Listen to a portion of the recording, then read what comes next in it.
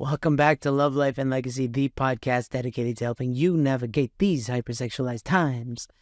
And in today's episode, I have somebody on the podcast that, sometimes you have friends that you forget how much you love and appreciate them until you see them again and you're like, oh, yes, you're great. That was my experience, as it always is, in this episode with Kayleigh Moffett. She's a champ. She's a real champ in all respects. And we go into purity, how it was taught in the past. We talk about how she prepared well for the blessing. We get into how God, the female aspect of God, is working in sexuality. It's just a wild, robust conversation that if you miss it, if you don't continue in full, you will be losing at life. The only way to get a full and proud and bold W in life is by listening to this episode in full. Please enjoy my talk with Kayleigh Moffett.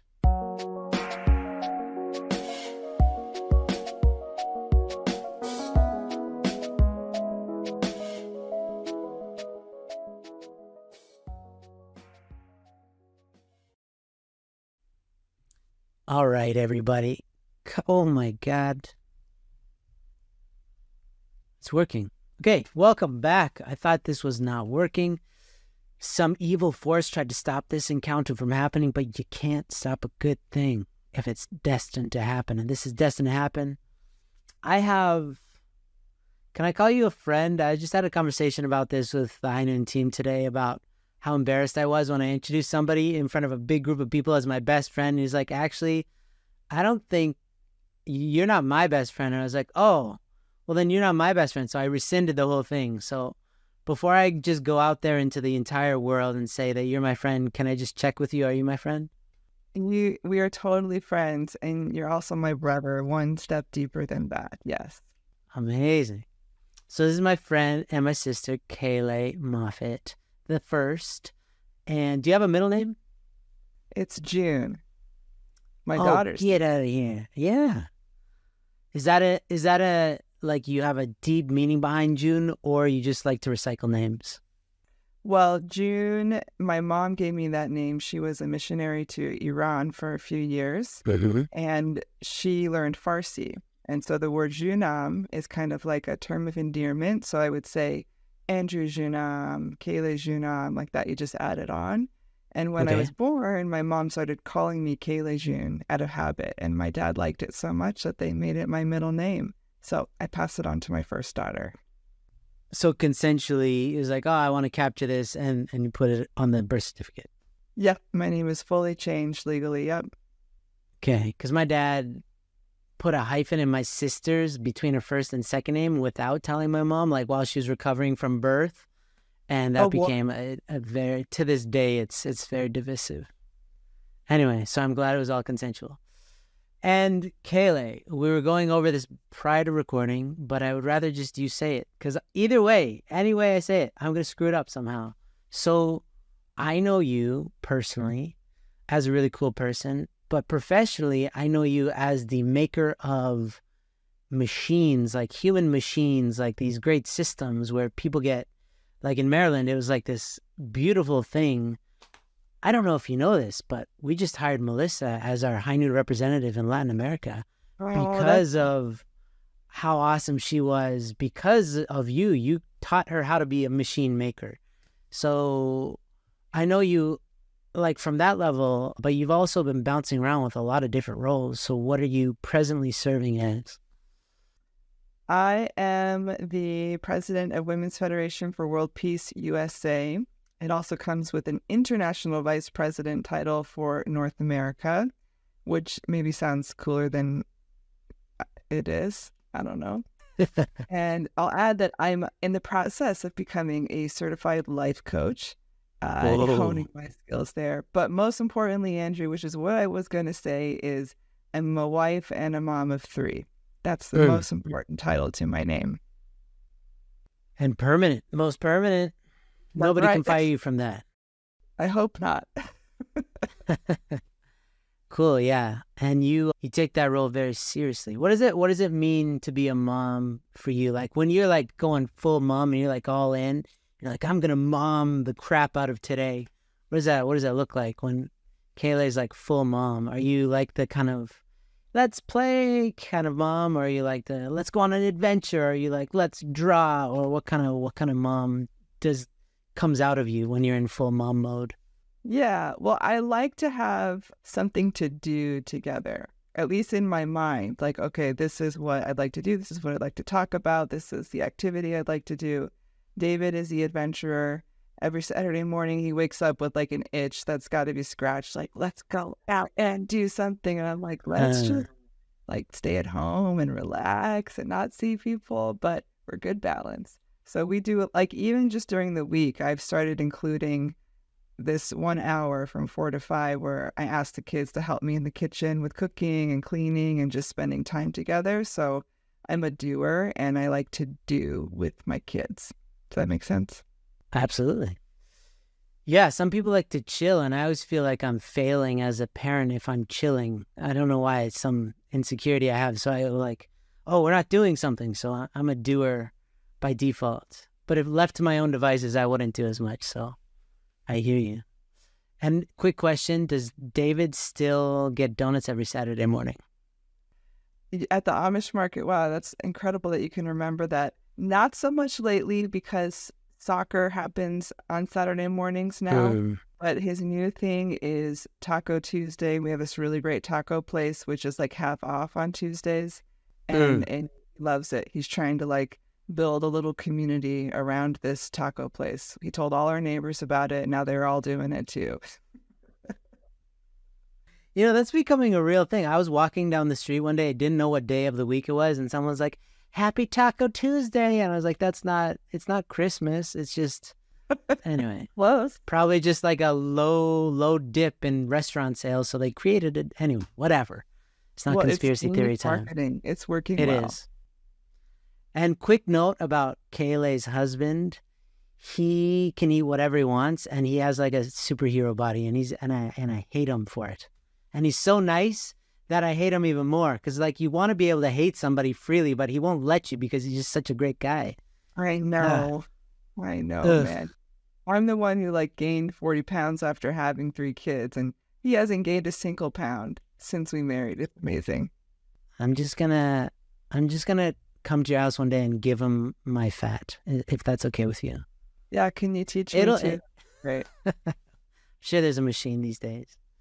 So I wanna get into, you have to me a great story or history of what I've observed of you, of somebody who lives with intentionality and somebody who's an owner. This is like part of the talks that, we just gave a talk at Sun Moon a few days ago, and one of the talks that I always give is ownership, understanding ownership, and a lot of that's just taking responsibility, right? If you feel responsible for something, and you become an owner. But I have a few kind of questions that I want to pull out of you because I feel like you have a great testimony. Starting with, like, when you were growing up, how important was practicing purity, and like, what did that look like? Because you were going to workshops probably, like so many people who are listening to this, and they were saying, here's how you should live your life, but it's not as easy to kind of live as it is to go to a half-day workshop, right? So Yeah. what was it like living with purity, and how important was it for you? Yeah. I mean, it's kind of a complex question and answer. And I feel like I'm grateful that I was raised with this mentality of purity. And it's very interesting trying to pass it on to my kids, right? How I talk about it, because in our culture, I had both positive and negative experiences around how we talk about purity. And growing up, very strict at workshops, girls sit here, boys sit here, and if you get too close to a boy, then the leaders start to talk to you and, make boundaries and rules. And, my mom was pretty strict about that kind of thing too. I didn't have brothers growing up. I only had one older sister. So for me, I didn't have a lot of exposure to boys. because I lived in this little bubble. Most of my friends were church members, that kind of thing, until I got older. And, I think it protected me. It like instilled certain habits that I still keep to this day, my awareness. But I think as I get older and I'm talking about passing this on to my kids, I'm also recognizing that there were some aspects of that culture which were harmful to those who were raised in the church. And I think you can see that in my peers, those who have distanced themselves or left or have, reasonable resentment and damage. And the one thing that I'll just like add with here that is encouraging to me is that I see a shift, even starting from True Mother. I read a speech from her recently where she talked about this. She talked about how like we taught second generation about the fall, but actually that's not how we should have taught them. We should have taught to them through the ideal of creation. Like let them go into nature and experience it and let their original minds and hearts speak to them about how we're supposed to live and how we're supposed to be raising our children. So it's encouraging, but at the same time, I think we've got some work to do to unravel some of the pieces of the past. Absolutely, yeah. We kind of divided that into two. Like Purity 1.0 was a list of all the don'ts. And it was really kind of like a defensive energy and protective and restrictive. And Purity 2.0 is like building yourself into the person that you want to be. Like, so aligning yourself with your ideals, your values. And that sounds exactly like what True Mother's talking about, which is very cool. Yeah. Because you can tell it's a very different energy because you're fighting for something. If you have some sense of what you want, it's like you're delaying gratification in the immediate short term for a greater satisfaction over the long term, which is a stoicism that's becoming very popular in society anyway, because we've dabbled with like, willy-nilly, whatever goes. And that seems to have ended in a giant quagmire of disaster, right? So yeah. Then, you had a mixed bag experience, but why did you ultimately kind of go the way that you go? Because you kind of waited, you got blessed, and you said like a bunch of your peers didn't. So like, what was it that compelled you to follow this path? Yeah, I mean, I think I was fortunate because I think the last few years of my high school time and into college, I became the youth pastor of our community. And I think there's something very different about being responsible. You used this word owner at the beginning of this. And I think when you're responsible for others, you are always thinking about them, right? Always preparing for them. And you're not just thinking about yourself. And I also had a community of others, my age who were thinking like that. And I really think it made a difference in my processing during those years, which is typically where I think you might see people making different decisions and shifting because of the environment that they're in. So instead of having experiences that were pulling me away from those like core fundamental beliefs, I had experiences that drew me even deeper, like real God experiences, witnessing young people transforming their hearts and breaking through and overcoming really challenging situations at home. And that was about as real as it got. So like nothing else really was as attractive as that. I knew that was something I wanted to stay close to. And, obviously that's transferred in all other areas of my life. Yeah, I like that. So if you were just a passive recipient of workshops and stuff like that, do you feel like maybe it could have gone a different way? It was in part due to the fact that you were giving back and you felt responsible to other people that helped you stay aligned with the person that you wanted to be? And even that vision stayed clear because you were giving? Yeah, that's an interesting way to put it. And I would agree with it that it certainly changes it, right? If you're just forced to go to workshops and go to youth group or whatever it is, you are sitting back and you can kind of roll your eyes at stuff. But when you suddenly have to teach it to somebody, you have to really question, okay, what is real about this? What do I actually believe about this? Because you can't get up there and just like pretend and, put on a show. But it definitely, we'd be preparing for like divine principle study, and we would have to study it ourselves. Like, okay, what do we actually think about this? What do we actually want to pass on to people? And it definitely deeply ingrained in us. And I would say, that's my experience too, like in youth group. Andrew used to be my pastor, so maybe he remembers some of this stuff. But when kids became seniors in high school, we'd have them apprentice in youth group where they would kind of take on a certain level of responsibility. And I saw in that practice, many of those young people stayed on for many years because of that life-giving experience, the ownership aspect. So I would say, yeah, I think it's kind of a universal practice we should be studying a little bit more. I can see it. I mean, the process that I can see very clearly in somebody's just journey towards sexual integrity, right? As an example, which is somebody who's subservient to bad habits. They work on themselves, and then it's like a bandwidth issue. It seems like the more that somebody frees up their heart and mind from tormenting themselves, let's say you're spending so much energy hating yourself, doing self-destructive habits, you get better at changing those. Now you have more bandwidth to give to others. And in our work, it's like the people that then graduate from, wow, I feel a lot better, to now I want to help others. Those people do much better over the long run.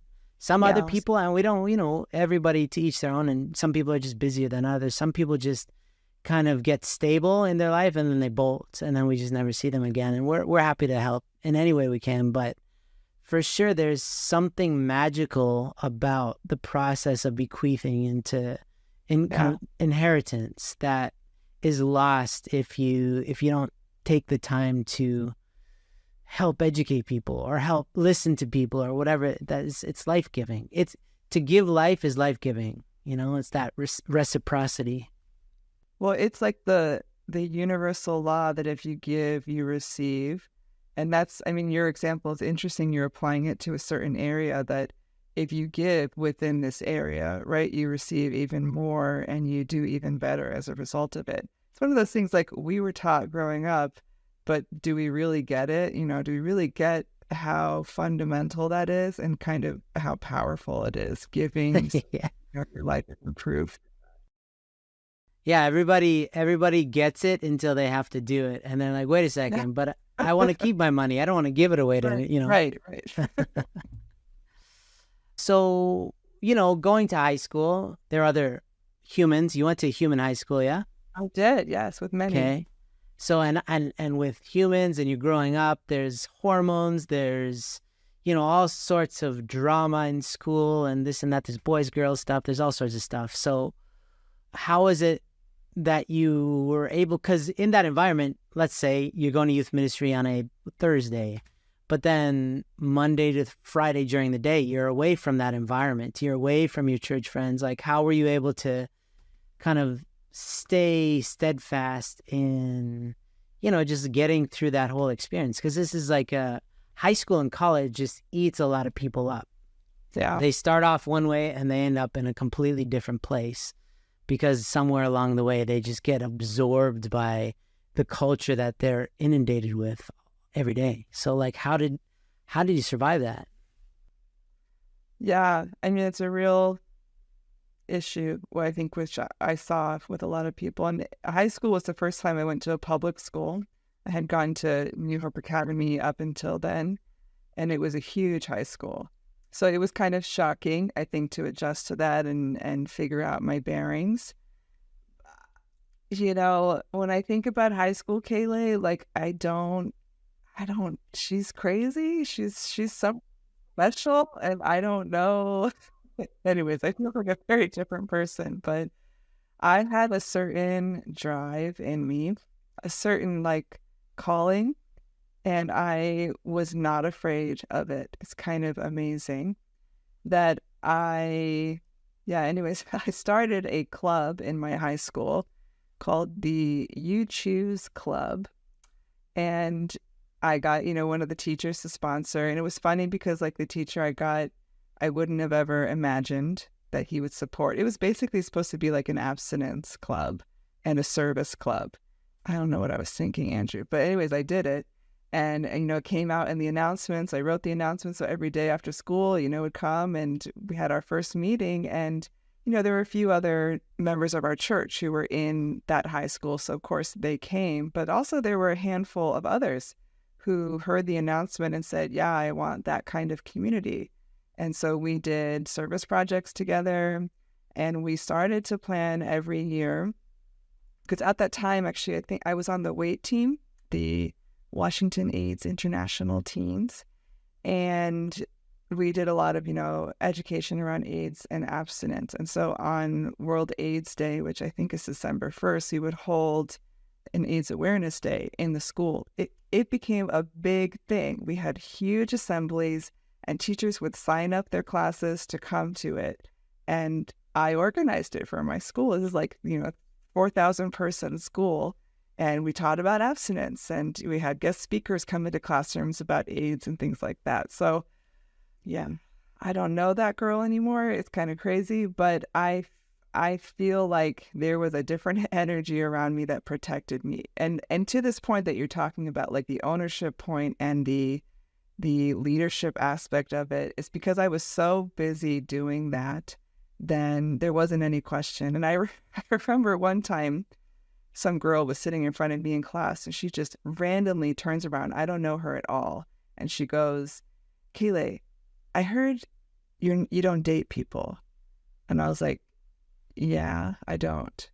And she was like, why? So like this kind of rumor started spreading around the school, and I had to answer all sorts of questions about my lifestyle and why I was the way I was. And for the most part, people were open and people accepted it. And it was kind of empowering to just get it out there and to not have to like hide behind it, to be worried or try to pretend a different answer. So yeah, my boldness protected me. My leadership protected me, and, my community. Absolutely. You had some conviction that you didn't really know where it came from. Are you a righteous person by nature? Yeah, I like things to be right. Yeah. Many dictators have said the exact same. I don't know if you know that.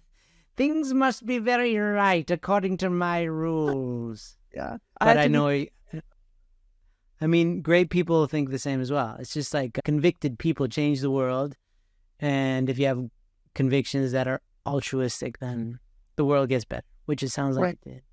So you were like, I mean, that's really a fantastic point, because, again, part of I keep on mentioning because I just gave it, but like the idea of having multiple lives is impossible to sustain because you're just one person. So eventually the house of cards will fall apart, right? At some point. And you just kind of went out there and said, hey, this is who I am. And that's risky, right? You could, I mean, socially, there's a risk to be made fun of, to be a weirdo, to be whatever. But ultimately, it was a net plus, yeah, you'd say?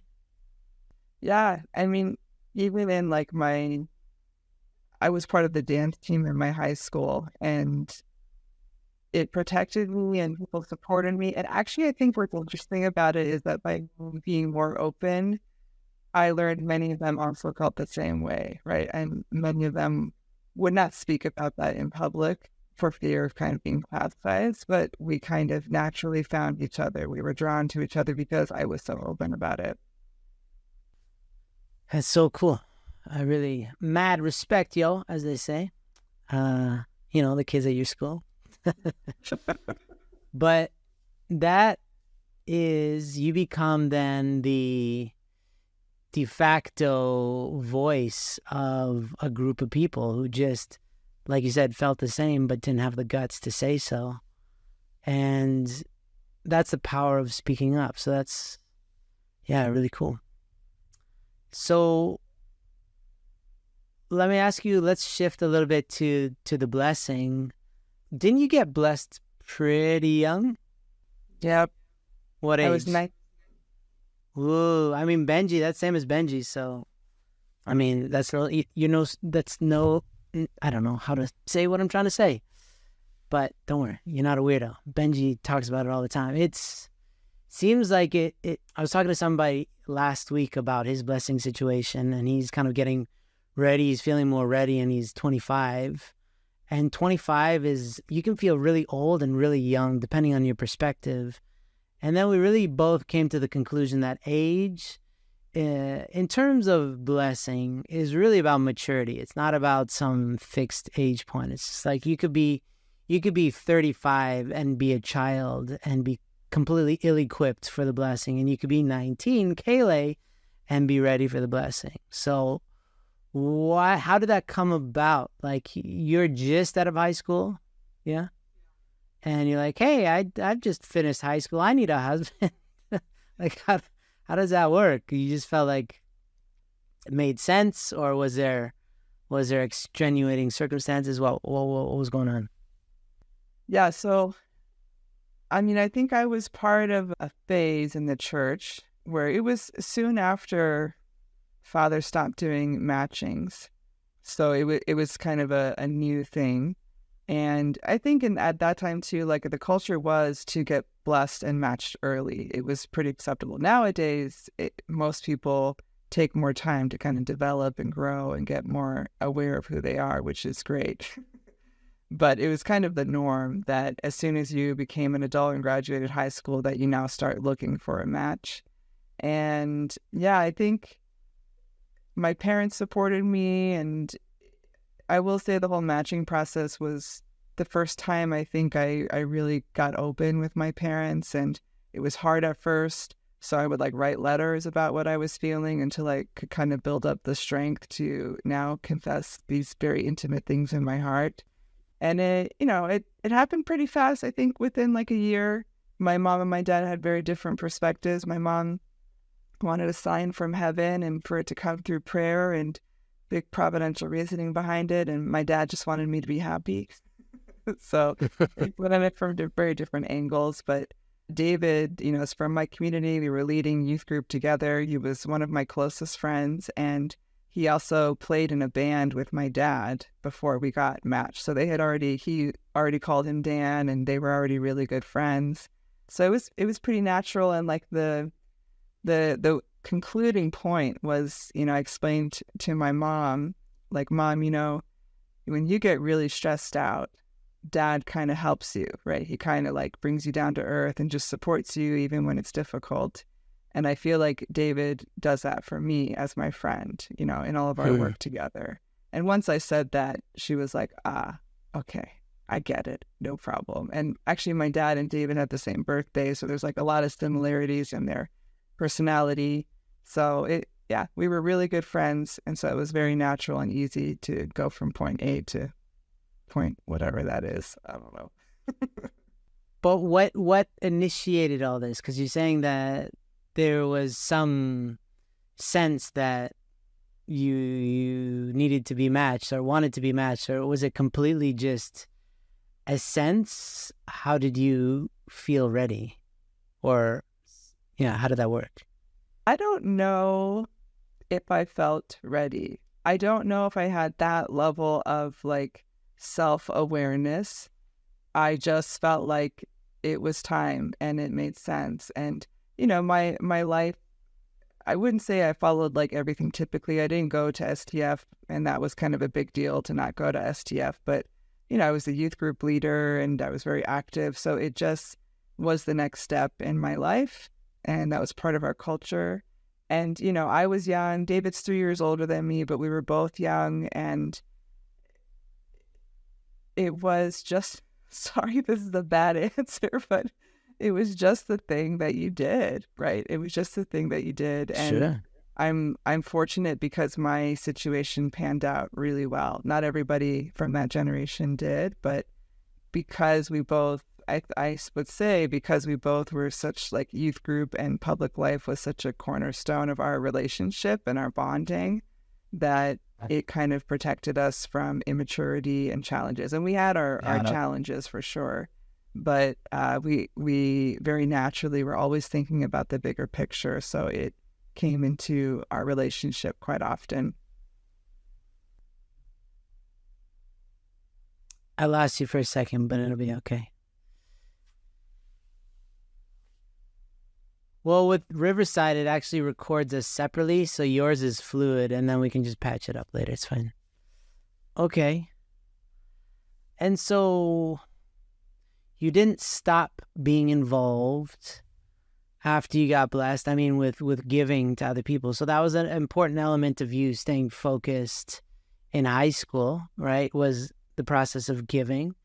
And then you didn't stop that after you got blessed, which is interesting because there is a demographic. I've traveled enough to see it as a worldwide phenomenon. It's not unique to any one community, but there's a demographic that is raptured, you know, and that is those who get blessed, they just kind of disappear. And there's, I think, a number of factors, but it seems like you kept on giving through that time period. Is that correct? Yeah, we definitely did. And I mean, I guess like it's in my nature. I mean, you asked me if I'm a righteous person. Now that you've said it, I'm like really thinking, where does it come from? And I think it's like, you know, there was a time where David and I led together, and then there was a time where he started to fade out of youth group because it wasn't his passion anymore, which is totally fine. It was challenging for us to kind of like navigate, okay, how do you find your calling? How do I support you? But how do I keep doing what I'm feeling called to do? And we had to grow up through that. But I think because of my personal experiences with God, and I think David has always said that like that aspect of my nature is something he really appreciates and respects, that God is really real to me. And I never questioned God's presence in my life. I always felt like I could receive some kind of revelation or some kind of like message about what I was doing or where I needed to go. And I know not everybody has that. So I think I've been very blessed by that. And as a result, I've always felt a strong responsibility that because God is my parent, I have to respond to that because it's a real love, it's a substantial love, and I can't just like sit back and enjoy it. But like for us, we even did like couples nights, monthly couples nights where we would organize it once we became blessed. And that's really different to your point. We would like read Hundake together and do marriage enrichment together and things like that. And we, no matter what phase of life we were in, we seemed to organize around that phase. So the couples nights, and I mean, you remember when you guys were here, I did the moms clubs with Uyanga because that was like the life phase that we were in. I needed that kind of support. So it's always been like, okay, this is where I'm at. How can I build around that? Because it's my natural calling and I'm experiencing new things and I want to share it with people and kind of build community around it. So it's part of who we are. And the other thing I'm really grateful for about David is, you know, there'd be times where we would be in a little bit of like a fight, right? Some kind of difficulty or challenge, but then I would have to go to youth group, right?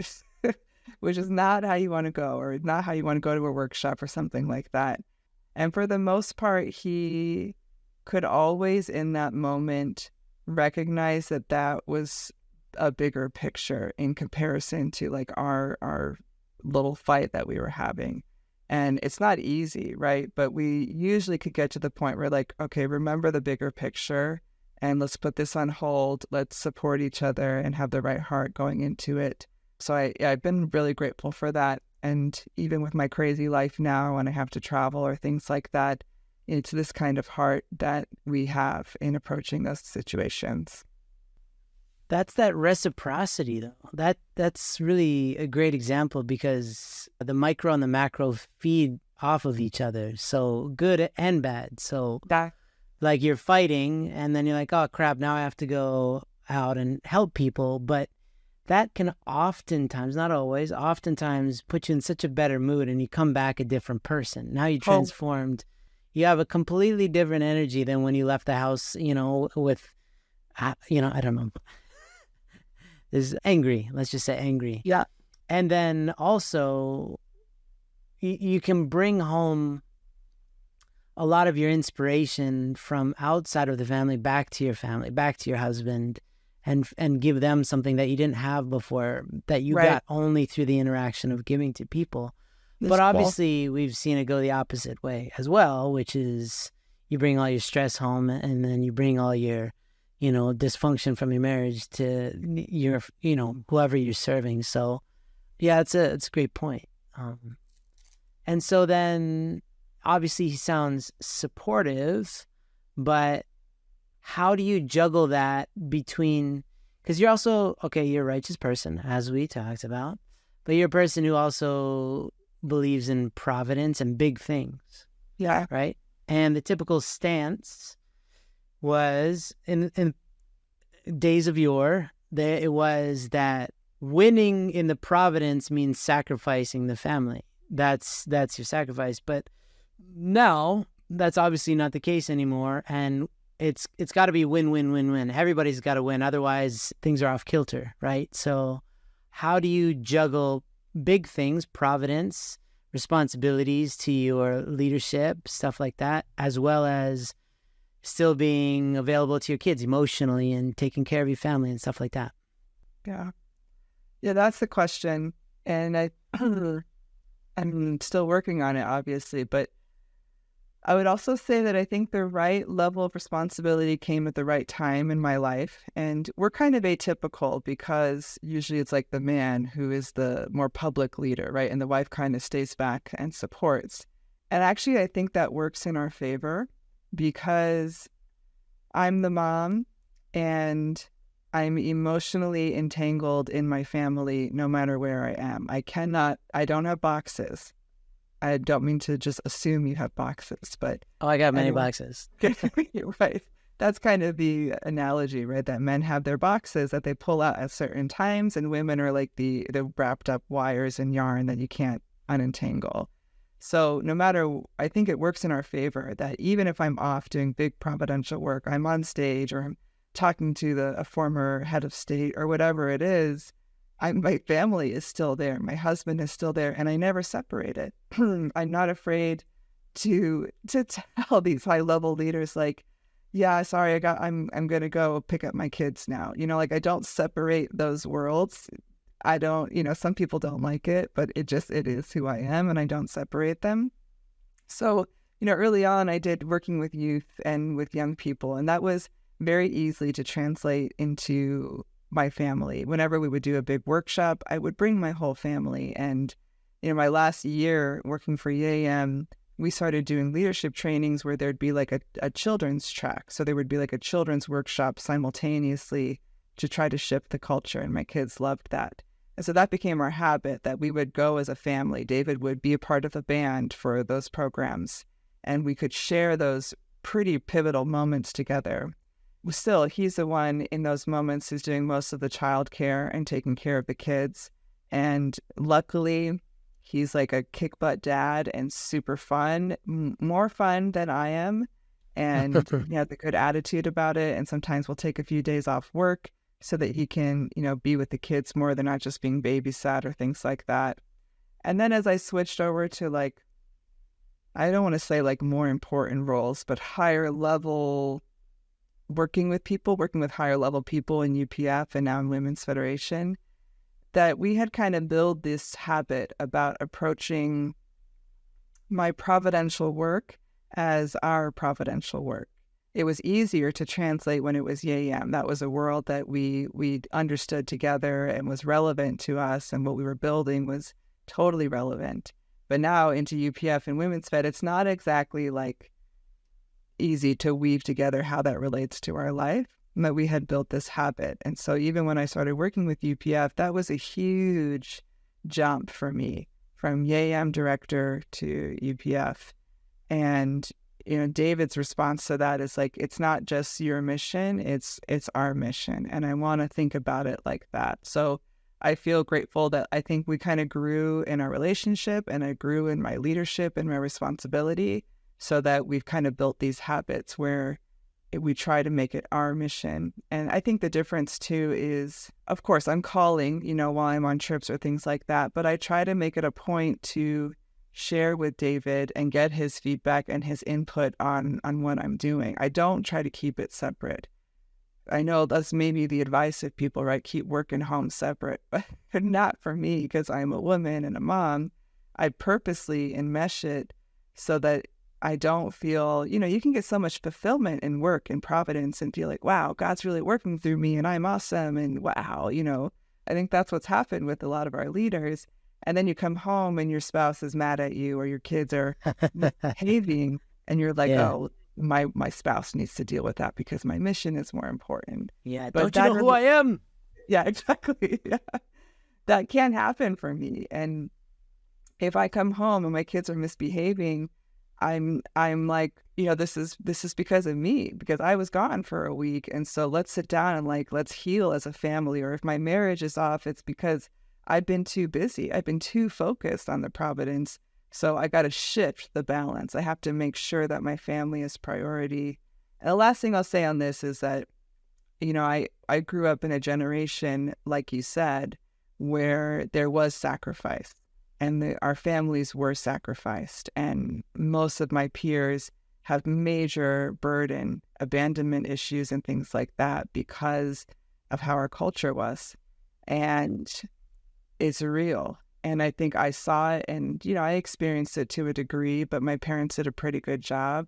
And so early on when I had kids, I knew I didn't want to replicate that, right? I also know that the major leaders' kids are the ones who suffer the most and usually go the furthest astray. And so I'm a major leader and I didn't want that for my kids. So how do we change our culture, right? How do we change separating family from mission, but becoming one?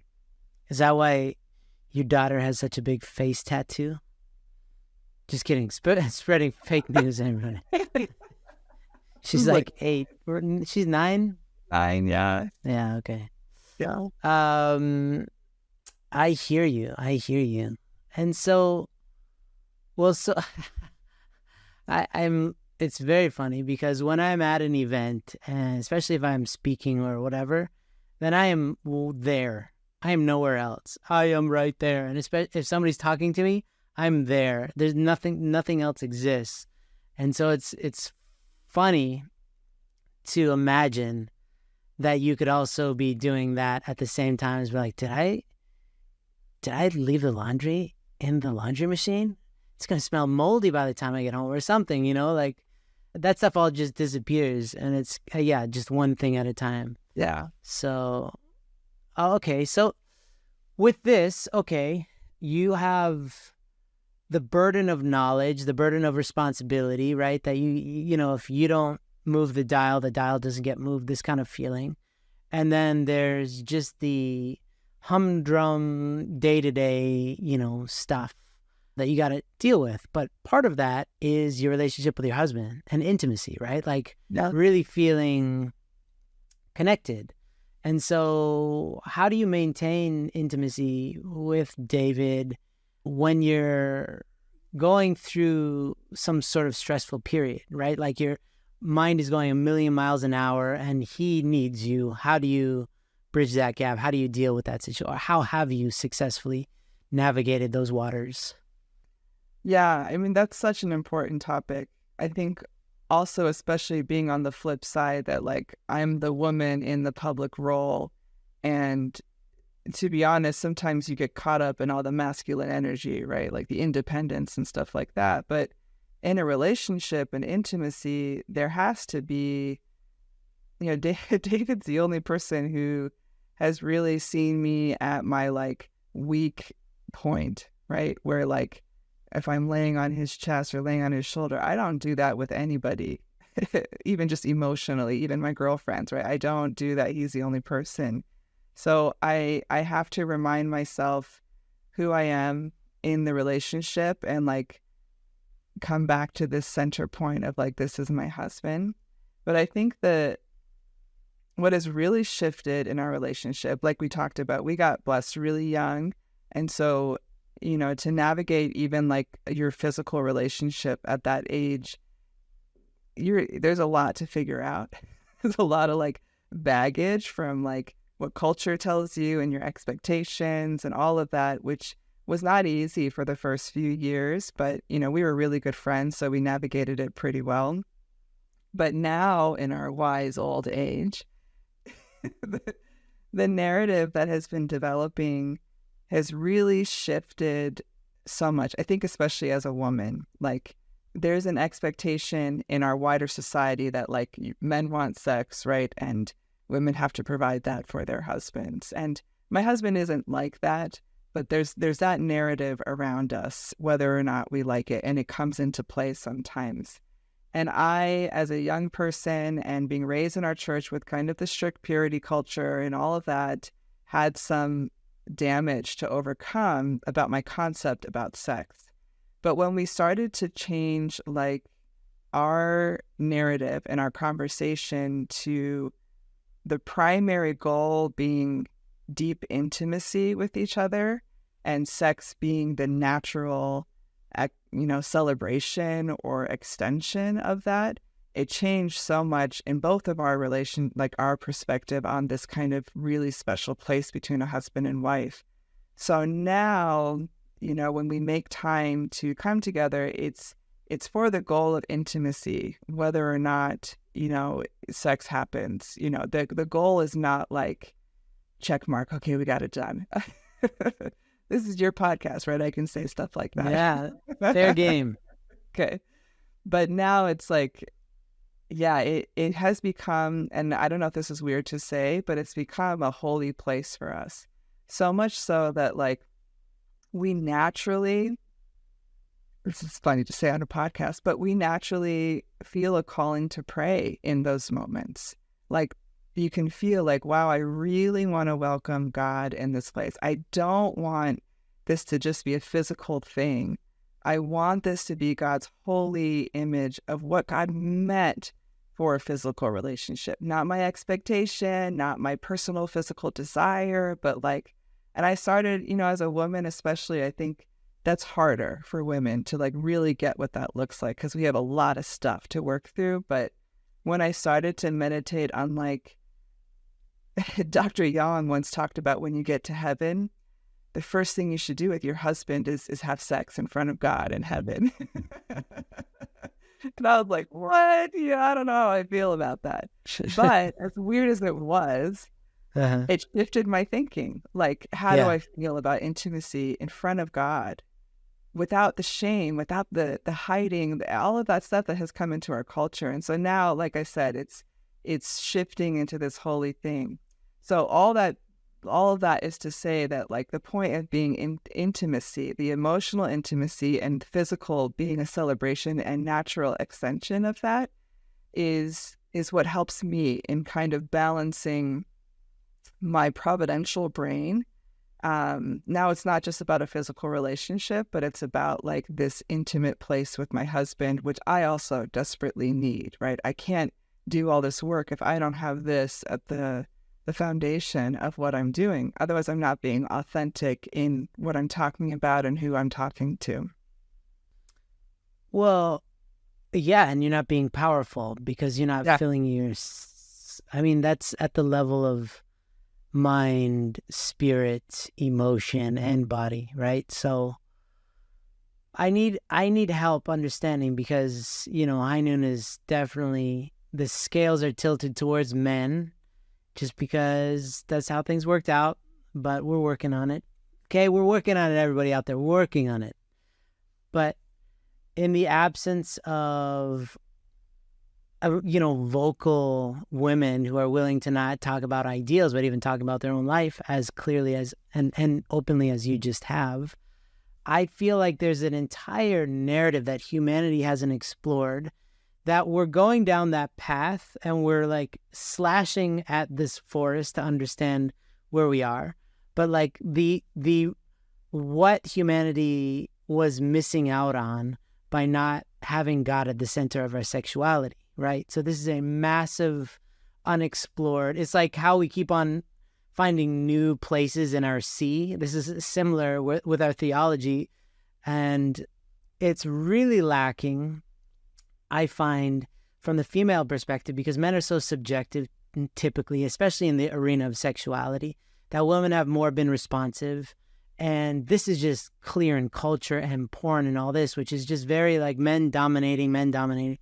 And also, to be honest, True Father talked a whole heap about sex. And in our book that we compile all of True Parents' words about sexuality, there's a very limited number of quotes that we could pull from True Mother about the topic of sex. So what Chanel Gook's sexuality looks like, what the female side of God looks like in the arena of sexuality is really weak in terms of our understanding. So do you have any light to shed on that in terms of like how you perceive the female aspect of God in the area of sexuality, maybe through experience or through your thoughts or your meditations or your studying or whatever? Do you have something that you can help us understand, help men understand so we can understand women better, and also help women understand themselves better? Yeah, it's a really good question. And I think it's like, I appreciate what High Noon is doing, because I think, of course you're working with some women for sure, but it's certainly, I think, helping the men kind of figure out their process and their path and be, on the path they want to be. But I think the path for women is different. And if we try to like say, okay, women are also on this path, it's not doing justice to what it means to be a woman. And I have this theory. After I studied it, I got my master's from UTS, and I took this class where it's called DP in depth, and we looked at DP and kind of flipped it upside down. Like, what are the parts that we're not talking about? And so for my final thesis of that class, I took the story of the fall and I rewrote it from Eve's perspective. And I think this is the fundamental like starting point to break open whatever this is. That we have in our church culture, we have this narrative that the fall was about sex, right? And of course, you can pull out different points. But I think men and women are made differently. And I think the story is quite interesting if you can think about it. But I think for Eve, her fall had more to do with her losing her relationship with God. She forgot that she was God's daughter. She stopped hearing God's voice and listening to God's voice, and instead replaced it with Lucifer's voice. She started to listen to that. She started to doubt herself. She started to question like her own intuition, which women have, right? Women have this really fascinating intuition as mothers, especially. You just have like, you just know. But Eve doubted that, and she pushed that aside. And then because she doubted it and she felt insecure, she just totally listened to Lucifer and obeyed his thoughts and his feelings and kind of gave up her own sense for his sense. That's how I see the fall.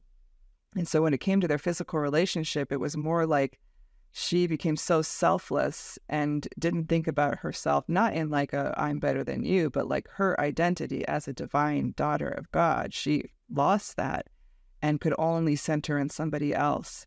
So that's how their physical relationship happened. That's my interpretation.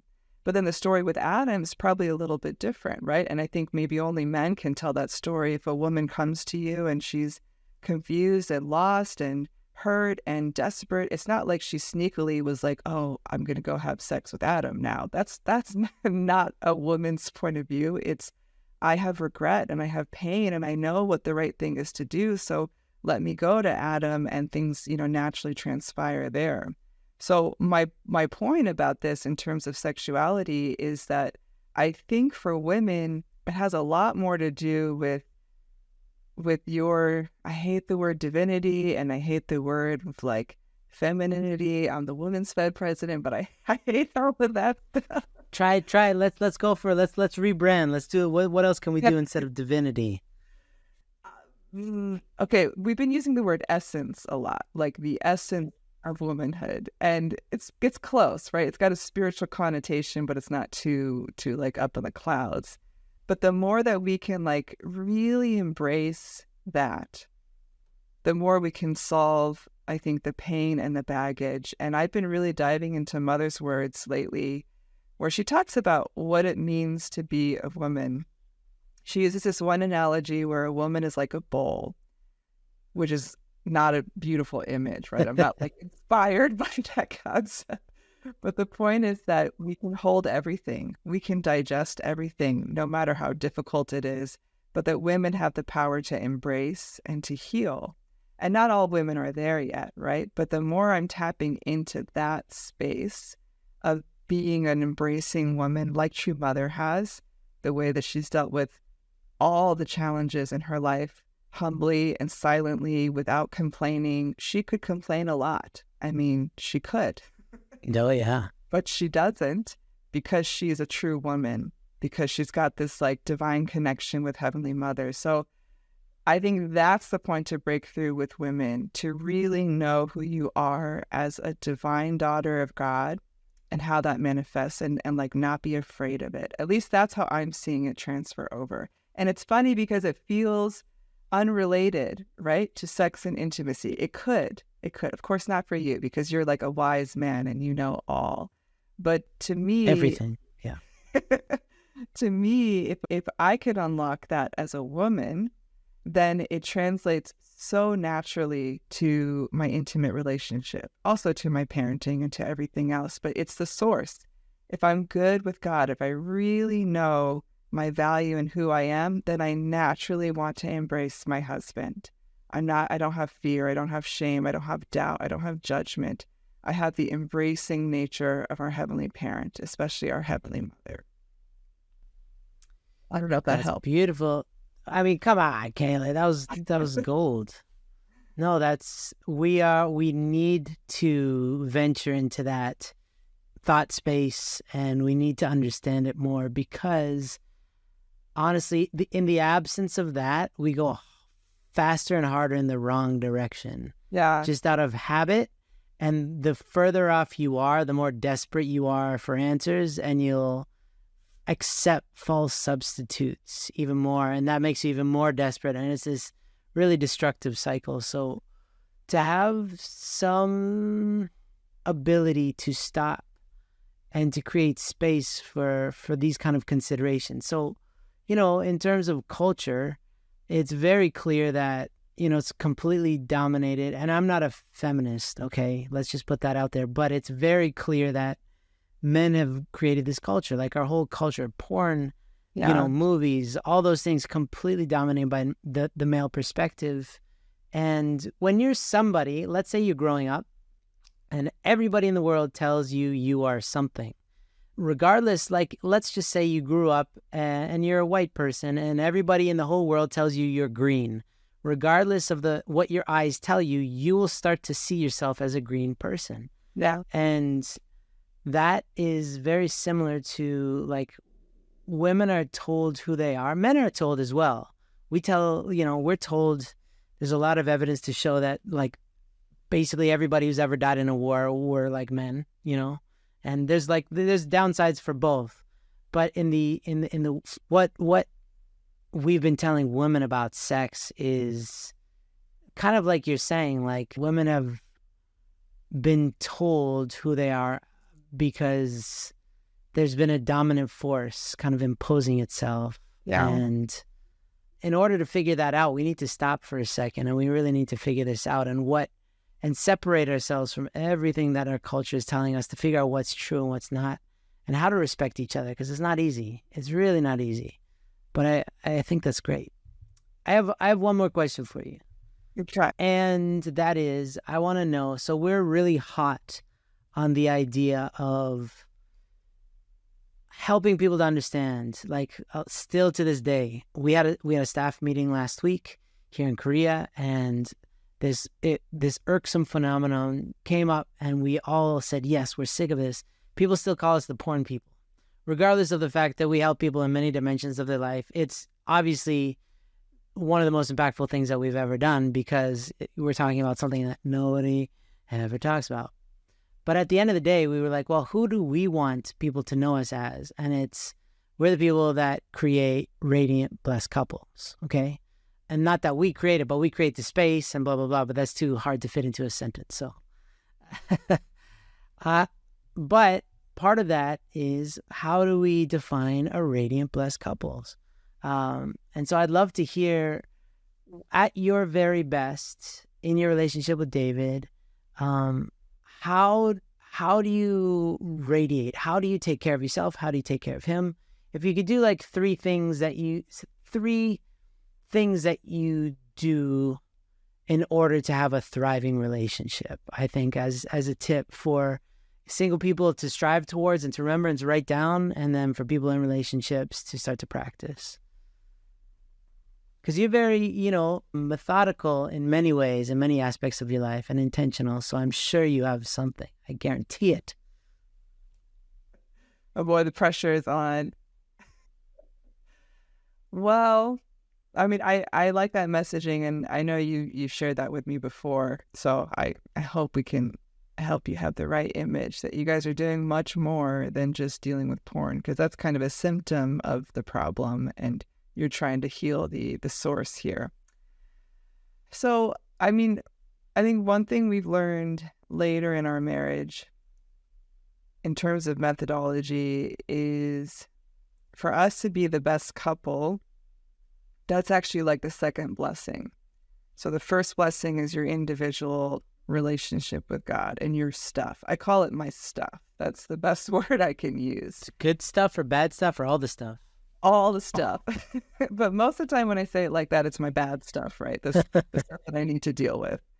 And I think we're getting more and more in the habit of recognizing if we're having some conflict or we're not communicating well or there's some kind of hurt coming up, that we're starting to recognize actually that's more something we have to deal with personally with God.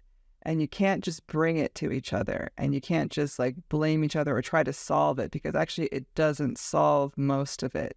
It puts a Band-Aid on it. And the real source is like your relationship with God and your own growth.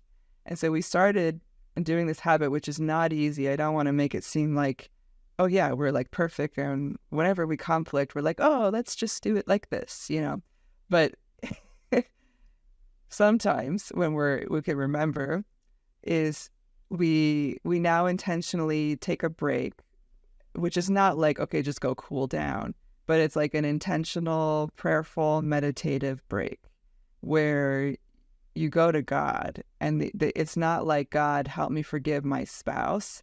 It's like, God, tell me how I need to grow in this moment. What am I missing about my own stuff right now? And the idea is that you come back and we don't say, okay, David, this is what I need from you, or I'm feeling really hurt. You say, I need to be more patient, or I need to be more kind with how I'm talking. I take responsibility for my stuff. And as soon as one of us will say something like that, it's like everything melts away, right? All the pain and the anger and the frustration, that melts away because you see your partner taking responsibility for their first blessing. And even if it's not the stuff I wanted him to take responsibility for, right? Because I know the answer. But because he does, or because I do, it melts all of that away. So yeah, that's the first point, is like this, you have to take responsibility for your first blessing stuff. And we encourage each other more and more, like when we start to sense the stress or the unkindness, this not being as patient with each other, there's an encouragement of like, do you want to take a walk? Do you want to take some time for you to get more centered personally and hear God's voice for you? Because we know it impacts our marriage. So yeah, and go ahead. That's a really good point, that it's most likely God's voice, like that intimate, beautiful sense of oneness and familiarity and intimacy with God, the divine, if it's a point about how you can improve. Because I do know somebody in our high noon world, and he was telling me that his mom would always pray and be like, God told me you need to listen to everything I say, and just very manipulative. So if you're like, if you come out of the prayer room and like, God said that you're exactly wrong and I'm exactly right, probably maybe go back and steep yourself a little bit more in God's love. I'm not sure that was God's voice in that moment, right? Like No. some other voice in you. Yeah, some darker voice. So that's a great point, because I really feel like when you are connected to God, then you feel connected to all things. So the separation, you want to stop being separated from your loved ones or from anything. So you'd be able to identify what is it that's blocking us much more than, oh, I can see exactly all of your faults. That's bunk. Anyway. Okay, so that's good. Anything else? Anything else? Something that pops in your mind? Yeah. So I think that's like the spiritual internal component. But then I think the other side of it is actually we have these two phrases we say to each other. Like before when we would go on date nights, we would try to be very intentional and we discovered each other's thing. So I say to David, like, I want to be friends with you, that kind of language, being friends. And he says to me, I want to cherish the time we have together, because that's what I'm looking for, right? Is more deeper, intimate connection. And he's looking for joyful happiness. So I think the other aspect, which I'm not really good at, but when I think about being a radiant couple is having fun together. If I've got the deeper internal stuff, I think maybe in some couples, one side is more like we need to be more internal and stuff like that. And that's good and necessary and it's the foundation.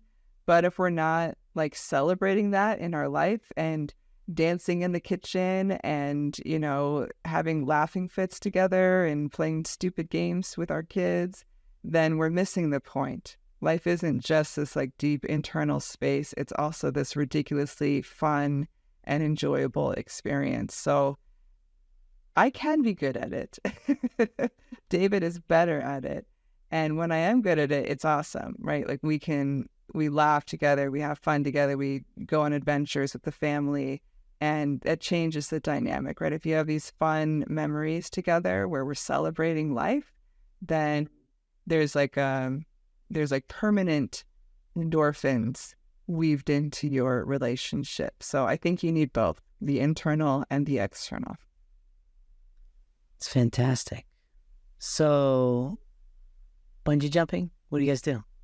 Gosh, no. It's really simple. Clogging, what do you do? I mean, when you have little kids, it's not like you can like get out and do much. And very rarely do we go out without our kids.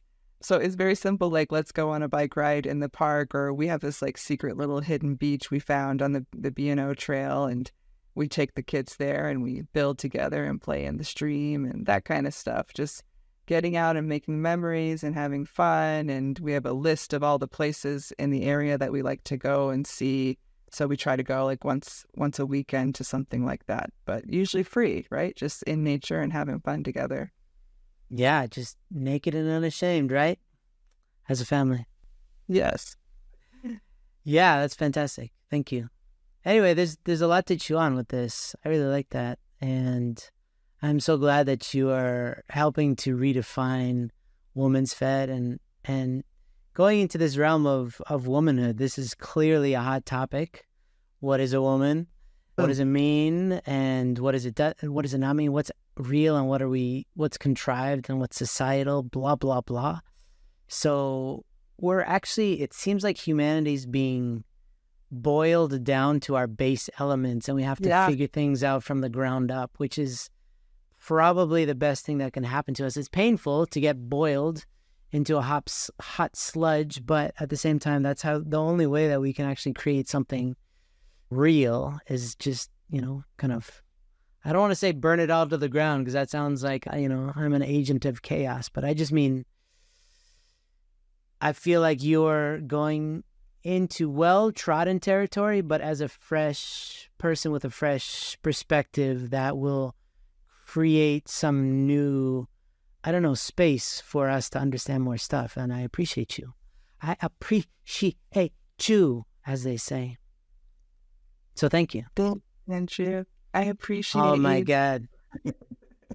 I don't even think but Korea. Somehow I'm in this Providence too, because my shirt is purple and you can't see, but I chose this. Nobody bought this for me. So it looks good. I'm invested in the providence of women. So anyway, please keep it up. I know you're not going to stop, and bring back your findings. Let us know how we can incorporate these new findings that you're privy to, and the fact that you're steeped in this work, because all of us need to understand how to respect women. Women need to learn how to respect themselves and other women. Men need to learn how to respect them. We all got to figure this thing out. So yeah. Anyway, thank you for stopping by. And any last words of wisdom? What's the greatest thing you could tell anybody ever Blow our Well, minds.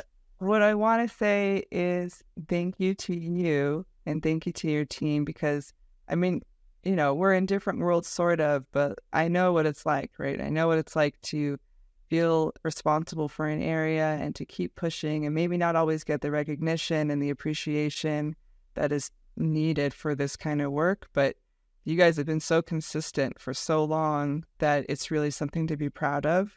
And yeah, I just want to say I'm grateful for you, and everybody who's listening is grateful for you. You make more of an impact that I think maybe sometimes you realize it, but the rest of us who are over here, we appreciate you too. Appreciate it. If this whole woman's fed thing doesn't work out, you always have a home here at High Noon. That's good to know because you never know with our church. We got you. You're on our radar, Kaylee. Thanks, guys. Right. I appreciate it. Thank you.